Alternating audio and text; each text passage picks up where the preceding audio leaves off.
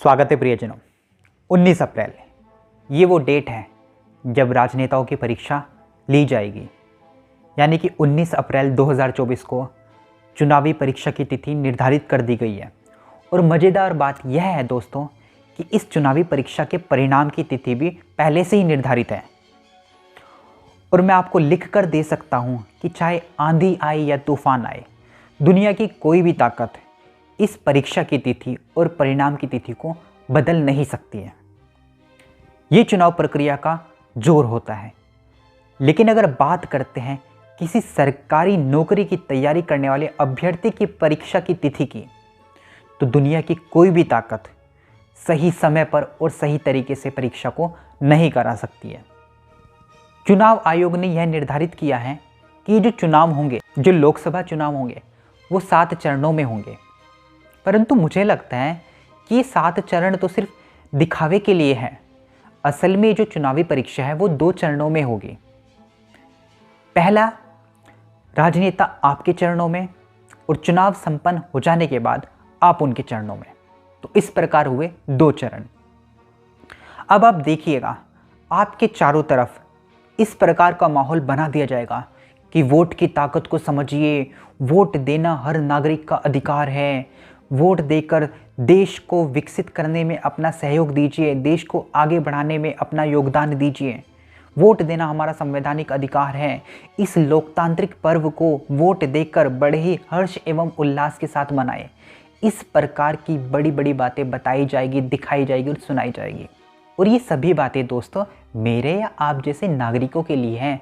राजनेता या राजनीतिक पार्टियों के लिए कोई नियम कानून ना थे, ना है और ना कभी होंगे। उनके लिए वही कानून मायने रखते हैं जिसको वो खुद बनाते हैं। उनके लिए ना ही चुनाव आयोग ज़रूरी है, ना ही देश की जनता ज़रूरी है, और सबसे बड़ी बात, ना ही उनके लिए देश ज़रूरी है।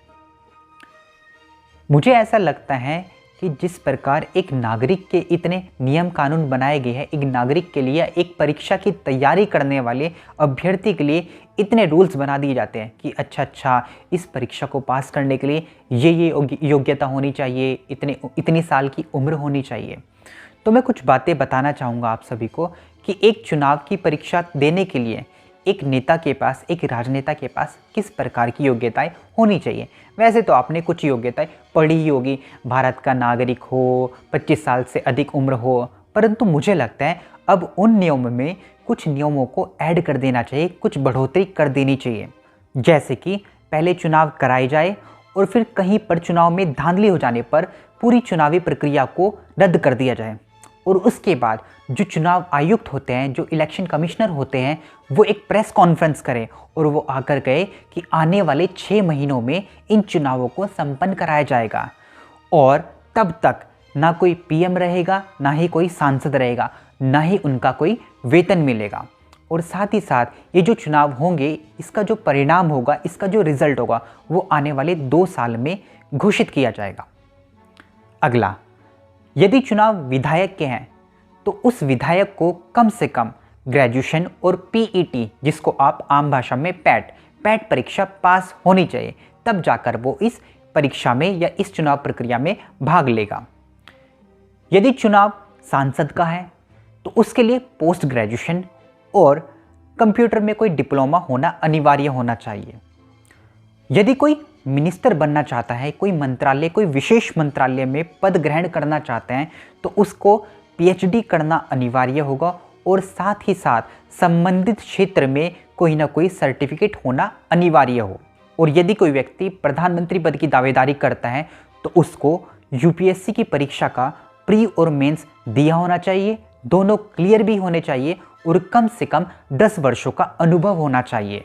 तब जाकर वो प्रधानमंत्री की कुर्सी पर बैठ पाएगा। मुझे लगता है तब जाकर इन राजनेताओं को समझ में आएगा कि जो खिलवाड़ ये विद्यार्थियों के साथ करते हैं, अभ्यर्थियों के साथ करते हैं, वही खिलवाड़ अगर इनके साथ किया जाए, तब जाकर इनको एहसास होगा कि एक अभ्यर्थी किन किन समस्याओं का सामना करता है, कितने वर्षों से लगा रहता है, परीक्षा की तैयारी करता है, और जब सही समय पर परीक्षा नहीं होती और अगर परीक्षा हो भी जाती है तो उसमें कुछ ना कुछ गड़बड़ी पाई जाती है, फिर उसको कैंसिल कर दिया जाता है और फिर और आने वाले 6 महीने पेंडिंग कर दिए जाते हैं और ना जाने उसका कब रिजल्ट आएगा और कब अभ्यर्थी को ज्वाइनिंग मिलेगी। इस तरह की प्रक्रिया है हमारे भारत देश में।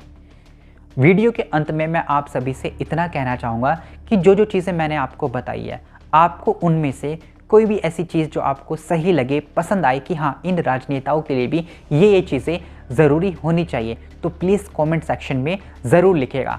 आपका बहुत बहुत धन्यवाद वीडियो देखने के लिए। नमस्कार।